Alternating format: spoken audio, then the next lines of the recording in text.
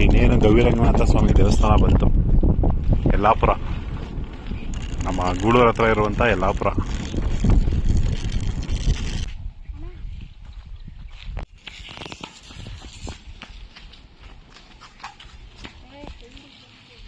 ಒಳ್ಳೆ ಪರಿಸರದಲ್ಲಿದೆ, ತುಂಬ ಯೂನಿಕ್ ಆಗಿದೆ ಮಾತ್ರ, ನೋಡೋದಕ್ಕಂತ ಸಖತ್ತಾಗಿದೆ ದೇವಸ್ಥಾನ.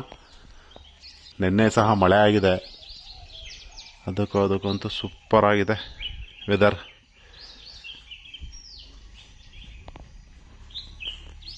ನೋಡಿ ಇನ್ನೇನು ದೇವಸ್ಥಾನ ಹತ್ರ ಬಂದೇ ಬಿಟ್ವಿ. ದೇವಸ್ಥಾನದ ಆವರಣ ಸಹ ಅಷ್ಟೇ ಚೆನ್ನಾಗಿದೆ.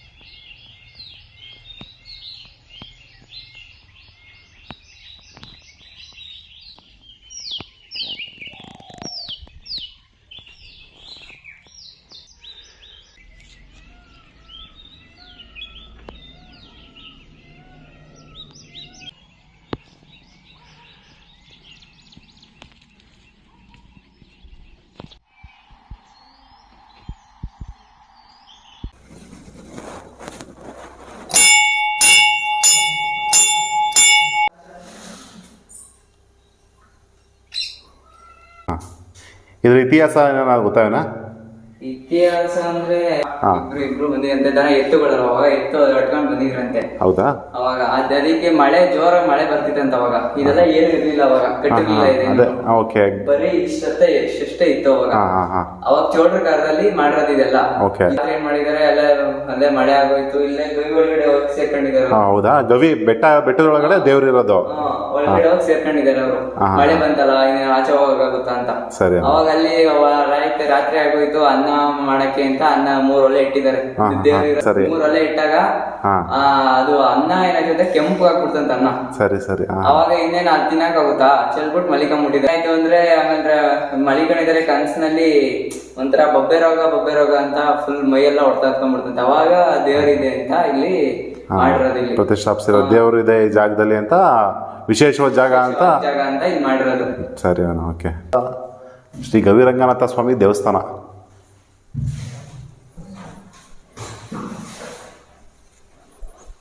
ನೋಡಿ ಇಲ್ಲಿ ದೇವಸ್ಥಾನ, ದೇವ್ರು ನೋಡೋಕೆ ನಾವು ಹೋಗ್ಬೇಕು ಅಂದರೆ ಇಲ್ಲಿ ಗವಿ ಒಳಗಡೆ ಹೋಗ್ಬೇಕು.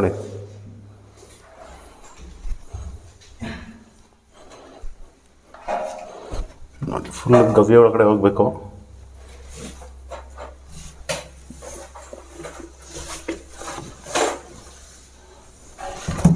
ಮತ್ತೆ ಒಕ್ಕಲೆಲ್ಲ ಜಾಸ್ತಿ ಇದ್ರಲ್ವಾ ನನಗೆ? ಸಿಕ್ಕಾಪಟ್ಟೆ ಇದೆ. ಎಲ್ಲೆಲ್ಲಿಂದೆಲ್ಲ ಬರ್ತಾರೆ? ತಮಿಳ್ನಾಡಿಂದೆಲ್ಲ ಬರ್ತಾರಾ? ಅಭಿಷೇಕ ಎಲ್ಲ ನಡೆಯುತ್ತೆ, ಜಾತ್ರೆ ಏನು ಇರಲ್ಲ ಇಲ್ಲಿ. ಶ್ರಾವಣದಲ್ಲಿ ತುಂಬಾ ಚೆನ್ನಾಗಿರುತ್ತೆ ಪೂಜೆ, ಪ್ರತಿ ಶನಿವಾರನೂ ನಡೆಯುತ್ತೆ. ಶ್ರಾವಣ ಶನಿವಾರದಲ್ಲಿ ಚೆನ್ನಾಗಿ ನಡೆಯುತ್ತೆ ಪೂಜೆಗಳು ಜೋರಾಗಿ. ಮುಂದೆ ನೋಡ್ತಾ ಇದ್ದೀರಾ, ಇದೆ ಗವಿರಂಗನಾಥ ಸ್ವಾಮಿ ದೇವರು. ಇದು ಉದ್ಭವ ಮೂರ್ತಿ ಆಗಿದೆ. ಇದು ಬೆಳೀತಾ ಇದೆ ಕೂಡ. ಹೌದಾ? ಹ್ಯಾಂಡ್ ಪೋಸ್ಟ್ ಇಂದ ಎಷ್ಟು ಕಿಲೋಮೀಟರ್ ಆಗುತ್ತೆ ಇಲ್ಲಿಗೆ? ಹ್ಯಾಂಡ್ ಪೋಸ್ಟ್ ಇಂದ ಒಂದು 6-7 ಕಿಲೋಮೀಟರ್ ಆಗ್ಬೋದು. ಹ್ಯಾಂಡ್ ಪೋಸ್ಟ್ ಇಂದ 6-7 ಕಿಲೋಮೀಟರ್ ಆಗುತ್ತೆ. ಗವಿರಂಗ, ಗುಡ್ಡದ್ರಂಗ ಮತ್ತೆ ಗವಿರಂಗ ಅಣ್ತಂದಿರಂತೆ. ಹೌದಾ? ಗುಡ್ಡದ್ರಂಗ ಎಲ್ಲಿರೋದು? ಅದು ಗುಬ್ಬಿ ಹತ್ರ ಇರೋದು, ಗುಡ್ಡದ ಮೇಲೆ ಇದೆ ಅದು. ಹೌದಾ? ಗುಬ್ಬಿ ಹತ್ರ ಅಣ್ತಂದಿರೋ. ಇಲ್ಲಿಂದ ಶಿವಗಂಗೆಗೆ ಲಿಂಕ್ ಇದೆಯಂತೆ. ಹೌದಾ? ಆ ಕಲ್ಲಿದೆ ನೋಡಿ, ಆ ಕಲ್ಲಿಂದ ನೀರ್ ಜಿನ್ಕುತ್ತೆ. ಹೌದಾ? ಒಳಕಲ್ ತೀರ್ಥ ಇದೆಯಲ್ಲ, ಅಲ್ಲಿಂದ ಕನೆಕ್ಷನ್ ಇದೆ ಅಂತ. ಹೌದಾ? ಎಲ್ಲಿ ಮುಂದೆ ಕಲ್ಲ? ಅಲ್ಲಿದೆ ನೋಡಿ, ಆ ಚಿಕ್ಕ ಕಲ್ಲು. ಗೊತ್ತಾಯ್ತು.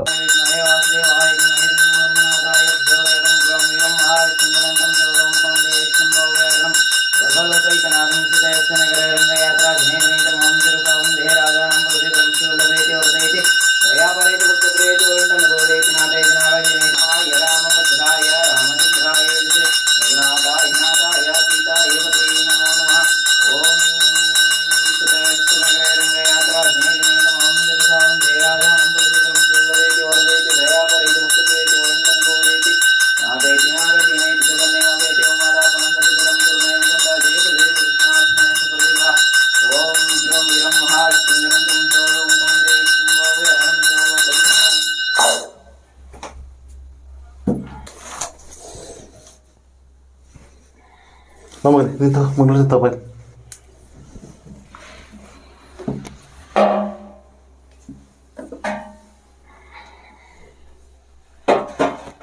कालोत्तीर्णं सकालं सर्वव्याधिनिवारणं समस्तरूपशं विष्णुपादोदकं कालोत्तीर्णं सकालं सर्वव्याधिनिवारणं समस्तरूपशं विष्णुपादोदकं कालोत्तीर्णं सकालं सर्वव्याधिनिवारणं समस्तरूपशं विष्णुपादोदकं पावनं विष्णु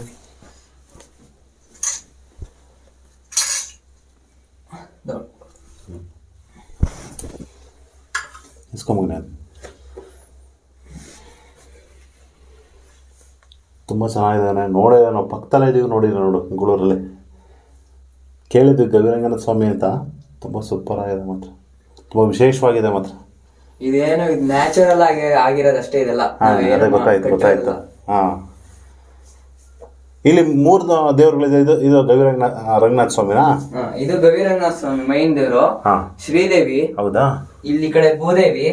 ಭೂದೇವಿ. ಮಧ್ಯ ಇಲ್ಲಿ ಮುಂದೆ ಇರೋದು ಗರುಡ. ಓ ನೋಡು, ಕರೆಕ್ಟ್ ಆಗಿದೆ. 3 ಅಲ್ವಾ? 4 ಸರಿ. ಶ್ರೀದೇವಿ, ಭೂದೇವಿ, ಗವಿರಂಗನಾಥ ಸ್ವಾಮಿ, ಇದು ಗರುಡ. ಗರುಡ ಇದು.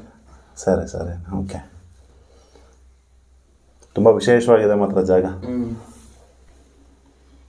ನಿನ್ನ ಹೆಸರು ಇವನ? ಇದು ಭಾರ್ಗವ್ ಅಂತ. ಭಾರ್ಗವ್, ಓಕೆ. ನೋಡಿ, ಇಲ್ಲಿನ ಅರ್ಚಕರು ಇವರು ಭಾರ್ಗವ್ ಅಂತ.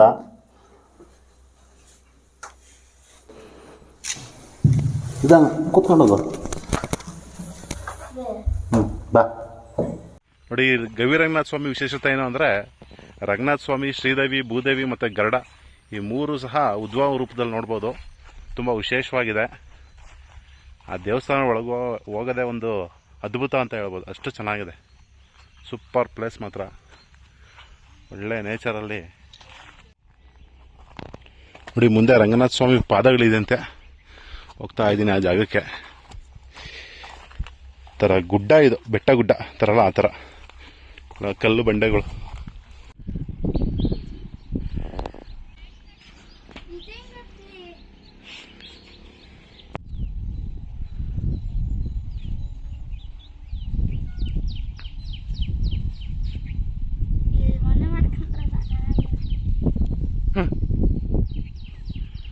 ಮನೆ ಮಾಡ್ಕೊಂಡ್ರ ಚೆನ್ನಾಗಿರುತ್ತಾ?